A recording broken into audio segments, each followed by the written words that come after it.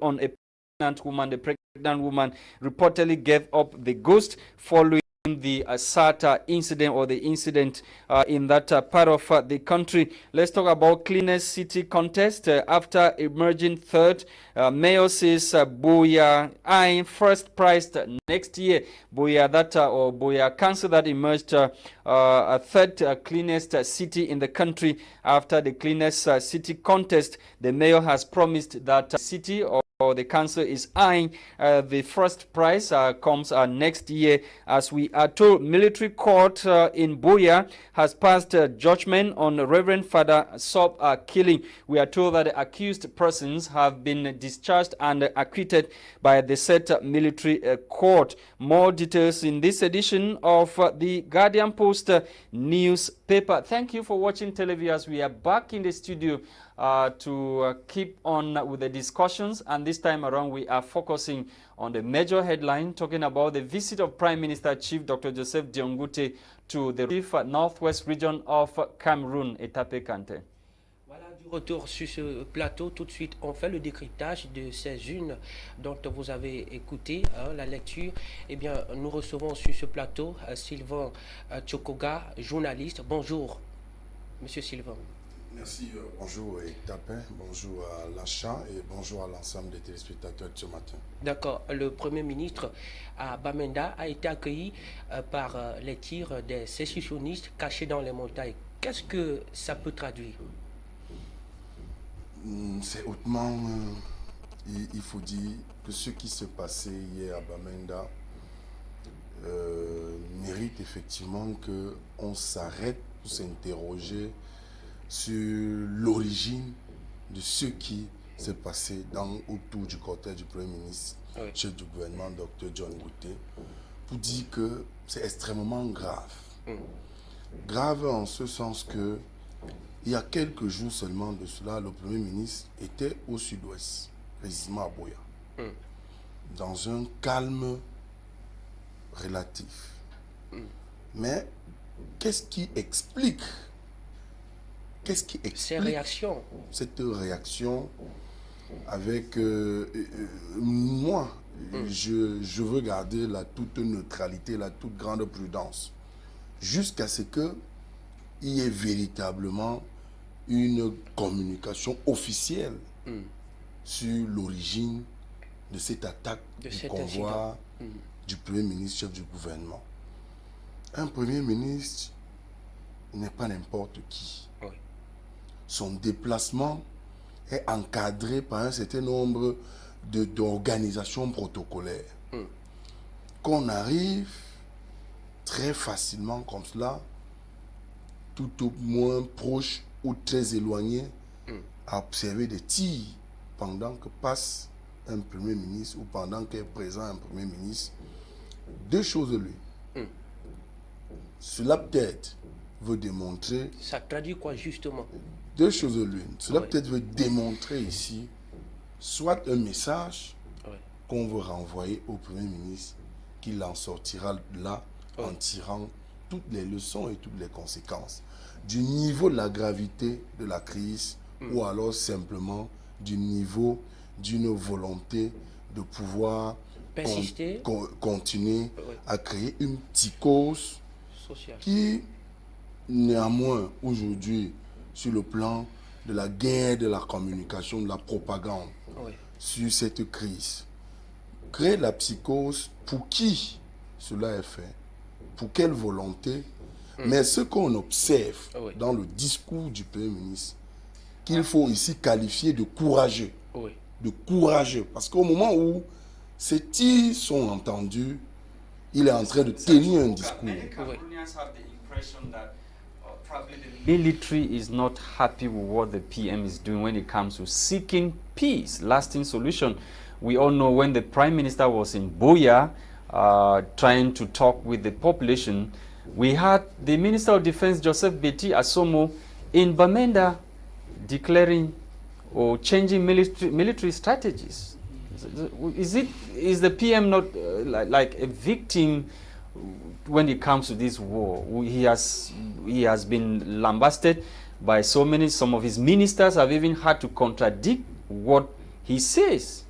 Oui, mais sauf que, je le disais déjà hier ici, celui qui porte la parole officielle dans la recherche de solutions de la crise dans le nord-ouest et dans le sud-ouest, c'est le Premier ministre. Pour dire qu'en réalité, le seul discours officiel et possible et qui devrait être écouté ou entendu aujourd'hui, c'est le discours du Premier ministre. Il ne prêche que dans la paix du haut de son courage que j'ai indiqué ici, pour dire qu'il est foncièrement, d'après l'attitude jusqu'à présent observée et présentée, opposé à la logique des tirs, qui semble pour certaines personnes être un jeu. Mais la preuve, c'est que en quelques minutes hier, sur ce théâtre-là, on a pu observer un Premier ministre qu'on a sans doute ces tirs sur son visage. Là, il a fallu qu'il y ait un sursaut pour qu'on observe un homme courageux. Yes, one minute, because we have the second guest that will be coming up. Quel est le ressenti qui vous a habité après le discours du Premier ministre face à cette situation? Le ressenti est très simple.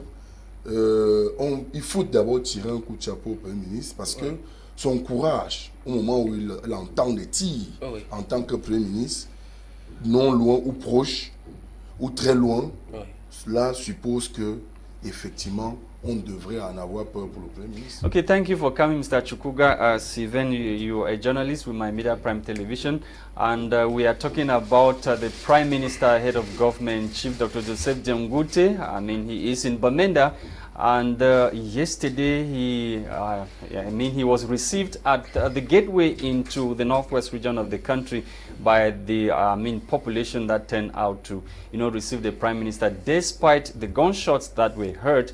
And we were reliably informed that the gunshots were fired by the military, like warning shots to sent away because there was something like some suspected separatists who were planning to disrupt the entrance of Prime Minister into the northwest region of the country. We are welcoming Clarice, who is also from the northwest region of the country. Good morning, Clarice, and welcome. Thank you very much, Mr. Lasha. Good morning. So how did you receive the news or the videos that were circulating yesterday as the Prime Minister made his way into the Northwest? What is your appreciation of the video? Well, it's rather unfortunate. I don't really have anything to say about that because I've not been online since yesterday. Okay. So I have no idea about what is happening. Okay. You are here to talk about, the young persons from the Northwest region, from your community. You will be having a meeting in Yaoundé. Probably to sort out peace, to talk about what is happening, but what the young person can do to bring peace and development in your community back. How are you guys going to achieve this with what is happening back home? Just tell us what you guys will be discussing and the strategies that you will be putting in place in Yaoundé to ensure that peace come back to your various villages, and then the developmental projects that you intend to carry out, you can do that smoothly. Well, thank you very much for this opportunity. I really want to appreciate. I want you to understand that they say the youth today, they are the leaders of tomorrow. And they say hot air must always rise for cold air to take its place.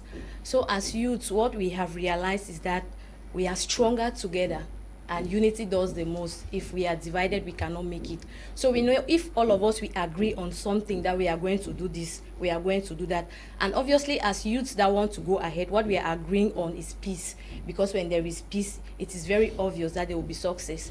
So as we are going to gather in Yaoundé on the 9th of October in Japuma complex, Lonkat precisely, we are going to be talking about issues like developing the human resource, bringing the youth together to understand the importance of education, building our career, and trying to fight this aspect of, I want to be on my own, I want to be on my own. We have realized that we are stronger together. We don't really have anything much to talk in Yaoundé. The only thing we have to talk about in Yaoundé is coming together as one. So the worries of many now are those who are in the bushes. Most of the young people, they are in the bushes because of one grievances or the other. What is your message to those young people who are in the bushes? All right. I would just want to link this to like the story of the prodigal son in the Bible, who thought that he could make it on his own, but along the way he realized that he could not make it and came back to his father, and his father accepted him. We are just here to tell them that it's never too late to make a decision to retreat. Let them come back home, they will still accept them. There's always a better way to do things, and we think that coming to sit with us and dialogue together, we are going to do it more better than what is happening now. You didn't tell us the name of the association, the village. All right. Ushincho Youth Association. And we really want to appreciate our fund from Oliver Sondonbio III for his massive support behind the youth. He's a youth like us, and he has really proven beyond every reasonable doubt that he's willing to work with us. And we are here this morning to give him the assurance that we too, we are going to work with him. We are going to make him proud. So you are calling on all the sons and daughters of Babisi village in Ngokitunja division. Yeah, home and abroad. Of course, an epic center of the crisis, as we all know, in Ngokitunja division of the Northwest region of Cameroon. Etape, Quentin, we are gradually moving out of the time. Je voulais avoir plus d'informations sur ce t-shirt qui est affiché, voilà, je crois qu'il sera affiché devant votre écran. Là, il s'agit de quoi, madame? Yes, proud Babisian. We believe Babisi is our own Jerusalem. And it is not by coincidence that God decided that whosoever is a son and daughter of Babisi should come from Babisi. And so because God decided that you should come from there, you are supposed to be proud of where you come from. And that is why we have written on our t-shirts that we are going to be putting on that day, Proud Babisian. And if you know for real you are proud coming from Babisi, please join us in Yaoundé on the 9th of October. D'accord, c'est compris. Maintenant, une petite question sur l'actualité. Voilà le rendez-vous qui est renvoyé sur cette affaire de Hilaire Aïssi qui était décédé à l'hôpital central de Yaoundé. Voilà, comment appréciez-vous? C'est une information qui a été donnée par le procureur. Alors je suis sûr que la famille d'Hilaire Aïssi n'était pas présente, et même son doctor. Yes, you're talking about a young Aïssi, young man Aïssi who died in Yaoundé. It is reported that his organs were removed at the hospital, and recent informations are coming from the Procureur General. For an autopsy to be carried out on him. We've seen the Minister of Public Health, Dr. Manoda Malachi, visit the family in Yaoundé. This thing keep recurring in our hospitals across the national territory. What is really wrong with our hospital as a young woman? Wow. The first thing I would just want to talk about is an issue of poor management. Because if the management is strict and they really know what to do, things like that should not even happen. But I just want to appreciate the minister for the steps that he's taking, because I think it will scare others. They know if they are caught for sure that they did what they did, they know the consequences. And so everybody will be scared of the consequences. So if justice is met at this particular level, I am very convinced that it will scare others and it's going to put an end to such acts. Okay, you say the rendezvous is taken for Saturday? Saturday, the 9th of October, Japuma in Longkat. Thank you for coming, Clariska. We hope to have you some other time. Do sure. have a wonderful meeting in Yaoundé, and we hope that peace will come back and you guys will go back to your division of origin and develop the village. Thank you for coming. Thank you very much for hosting me. I'm so happy this morning. Thank you to televiewers for taking our time to watch this edition of the program on My Media Prime Television. Hopefully, we'll be with you tomorrow for yet another edition of the program. Meanwhile, more updates on the visit of Prime Minister Chief Dr. Joseph Diangote in the chief town of the Northwest region of Cameroon, Bamenda, as he goes seeking for peace despite the gunshots and other difficulties that he is facing in bringing peace to the restive Northwest region of the country. The program was produced by Christain Tebong for presentation. We've been Etape, Quentin, and myself, Lasha Kingsley. Tomorrow is another day. Bye-bye.